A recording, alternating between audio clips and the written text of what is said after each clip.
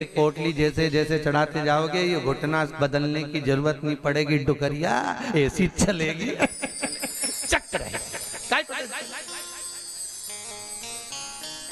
और क्या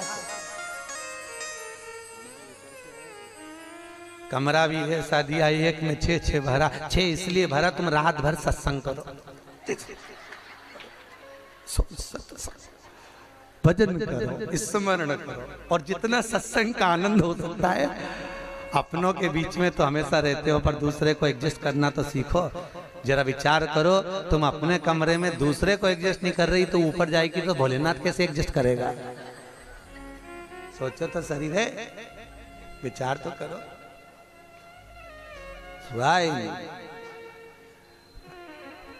भगवान शिव की कथा है, 24,000 श्लोक शिव महापुराण में है, 12 संहिता, और एक एक संहिता भगवान शंकर को समर्पित है। भगवान शिव 6 सूत्र शिव महापुराण के हैं कि शंकर को पाने के 6 सूत्र बताएं। पहला, मस्तक पर तिलक लगा दो, त्रिपुंड लगा दो, नहीं लगा सकते तो गले में रुद्राक्ष की माला पहन लो। इतना भी नहीं कर सकते, तीसरे नंबर का सूत्र है कि भगवान शंकर का मंत्र जाप कर लो, नमः शिवाय, ओम नमः शिवाय। ये भी नहीं कर सकते तो मंदिर में शंकर जी को 1 लोटा पानी चढ़ा दो, चौथा सूत्र। 5वां सूत्र है, इतना भी नहीं कर सकते तो किसी शंकर के मंदिर के पास में से निकल कर चले जाओ तो शंकर के मंदिर का शिखर का दर्शन हो जाएगा। शिखर दर्शनम सर्व पाप नाशनम, बस उतना भी बहुत है। ये 5। और 6ठे नंबर का सूत्र है, अगर इतना भी नहीं कर सकते तो पूरी जिंदगी में अगर 12 ज्योतिर्लिंग पर पहुंचकर शंकर की कथा को सुन लोगे तो फिर दूसरा जन्म नहीं होता। ये 6 सूत्र शंकर को पाने के हैं, भगवत भक्ति को पाने के हैं, भगवत रस तत्व को पाने के हैं। 6 सूत्र है, शंकर का अनुमोदन करें। ऐसी कौन सी भूमि है, ऐसी कौन सी जगह है जहां शंकर नहीं है? हर जगह, हर तत्व में, कण कण में, हर जगह पर वही तो समाया है। बस हमारे नेत्र परखैया नहीं है, इसलिए हम पहचान नहीं पाते। बहुत दुनिया के लोग बहुत कम पहचान कर पाते हैं। बस अंतर तब आता है एक घर के बुजुर्ग माता पिता को और एक परमात्मा को लोग अंतिम तक नहीं पहचान पाते। अंतिम तक बहुत कठिन है। माता पिता सब कुछ दे देते हैं बच्चों को। एक सास अपनी बहू को जब पसंद करके आती है, जो सास कभी अपनी देवरानी जेठानी की एक अंगूठी नहीं दे वो हाफ सेट दे के जाती है। सोचो जरा, विचार करो, खुद कैसी भी साड़ी पहने पर बहू को एक से बढ़कर एक चढ़ावे में चढ़ा देती है, तैयार होने का डब्बा भी देती है, नंबर की चप्पल भी देती है, सब कुछ देती है। शादी नहीं होती उससे पहले ना जाने कितना सास बहू को दे आती है। कितना विश्वास सास का बहू पर होगा। और बहू जब पहली विदाई में घर से सास के यहाँ से जाती है तो अलमारी में ताला लगा के चाबी घर ले जाती है। सोचो, सास ने कितना विश्वास करा, सब कुछ दे दिया, और बहू ने ऐसा विश्वास करा कि चाबी तक बटोर के पहली विदाई में ले गई। पहली विदाई क्यों? क्योंकि नंदे आई हैं, डोकरी निकाल के ना दे दे कच्छो। विश्वास कहाँ, भरोसा कहाँ, पूर्ण तक कहाँ है? भगवान शंकर की कथा कर रही है।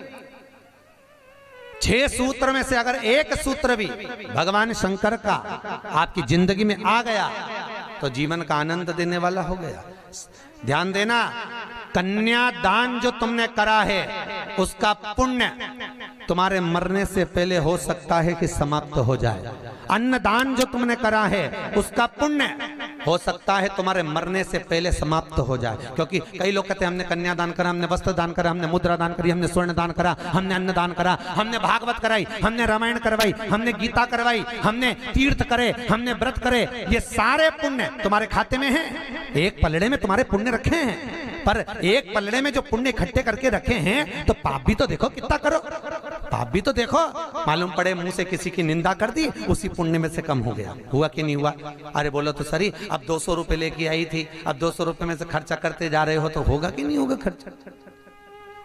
थोड़ा गलत बोल दिया, पुण्य समाप्त तो हुआ। किसी को अपशब्द बोल दिए, पुण्य समाप्त हो गया। किसी के लिए गलत देख लिया, पुण्य समाप्त हो गया। किसी के लिए गलत सुन लिया, पुण्य समाप्त हो गया। हमने पुण्य तो बहुत कमाया, हमने ढेर पुण्य इकट्ठा करा। कन्यादान, वस्त्रदान, अन्नदान, मुद्रादान, स्वर्णदान, भागवत, रामायण, गीता, यज्ञ, अनुष्ठान, संत पूजा, गुरु पूजा, सब कुछ करी, पुण्य तो ढेर इकट्ठा करा।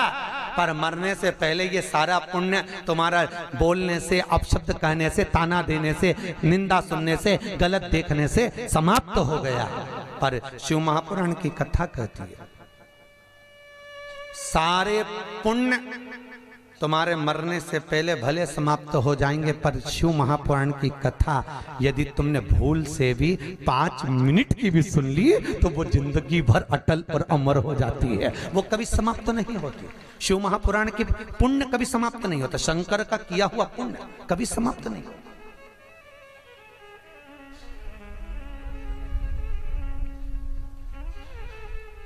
आज वो कोई कह रहा था, गुरुजी वो हम पोटलियां बना के लाए हैं, तो एक एक मंदिर में पोटली चढ़ाए और कई चढ़ाए। हमने कहा लो, आए हो इतनी दूर तीर्थ करने के लिए, 5 रुपया 10 रुपया 2 रुपया करो, जो तुम्हारी मर्जी पड़े चढ़ाओ।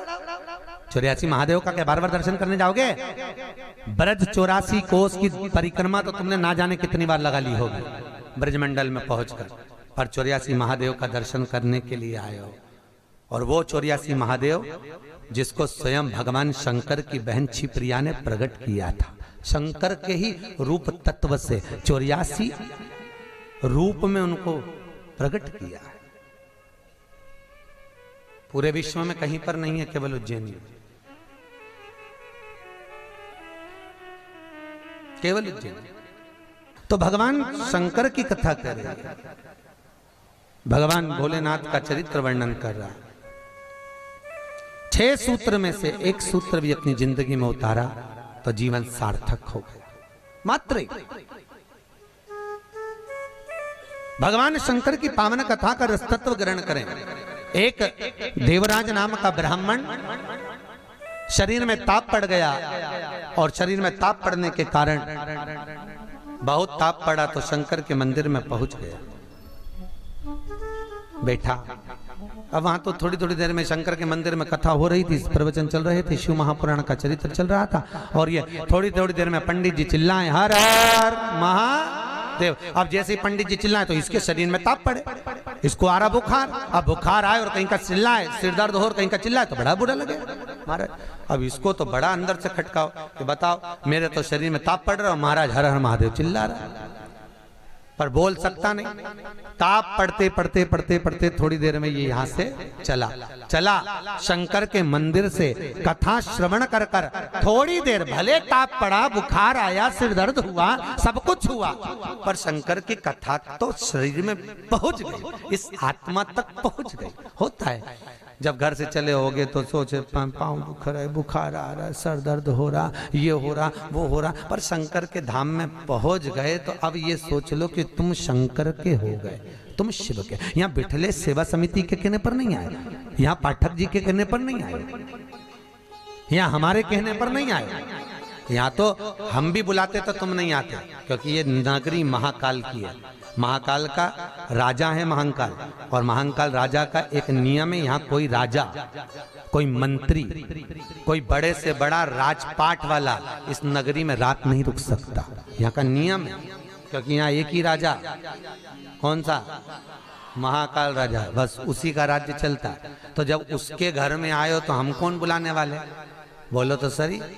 उसने बुलाया, उसने ठहराया, उसने खिलाया, उसने घुमाया, 5 दिन घूमो फिरो, उसका दर्शन करो, आनंद करो, घरे जा। घर वाले पूछे कहाँ गई थी, तो कहना महाकाल के घर गई थी, उसने बुलाया था। रामकृष्ण परमहंस जी से एक ने कहा, रामकृष्ण परमहंस जी से बोले, अरे रामकृष्ण परमहंस जी, हमने सुना है कि माता जगतजननी जगदम्बा शारदा भवानी माँ देवी आपसे बात करने के लिए आती हैं, आपसे मिलने के लिए आती हैं। रामकृष्ण परमहंस जी ने कहा, तो रामकृष्ण परमहंस जी, अगर देवी जी तुमसे मिलने आती हैं, देवी जी तुमसे बात करने आती हैं, जगदम्बा तुमसे मिलने के लिए आती है, तो रामकृष्ण परमहंस जी एक काम करो ना, एक आध बार माता जी को हमारे घर भी भेज दो। हंसी उड़ाने वाले तो कुछ भी बोल देते हैं, एक आध बार माता जी को हमारे घर भेज दो। रामकृष्ण परमहंस जी ने कहा ठीक है, एड्रेस बता दो, देवी जी को तुम्हारे घर भेज देंगे। बोलो एड्रेस क्या है? उस व्यक्ति ने कहा फलाना गली में, फलाना मोहल्ले में, ये वाले मकान में, इस नंबर में, इस जगह पर मैं रहता हूं। रामकृष्ण परमहंस जी ने कहा, स्वामी विवेकानंद के गुरु रामकृष्ण परमहंस जी कहते हैं, जो एड्रेस आपने दिया ये तो आपके घर का है, ये आपके घर का एड्रेस है, आपका एड्रेस दीजिए, आप कहाँ रहते हैं। उसको लगा मैं दुकान पे रहता हूं, तो हो सकता दुकान का मांग रहा है, उन्होंने दुकान का एड्रेस दे दिया। रामकृष्ण परमहंस जी बोले ये तो दुकान का एड्रेस है, आप कहां रहते हो, आपका एड्रेस दो। तो रामकृष्ण परमहंस जी के शब्द सुने तो उस व्यक्ति ने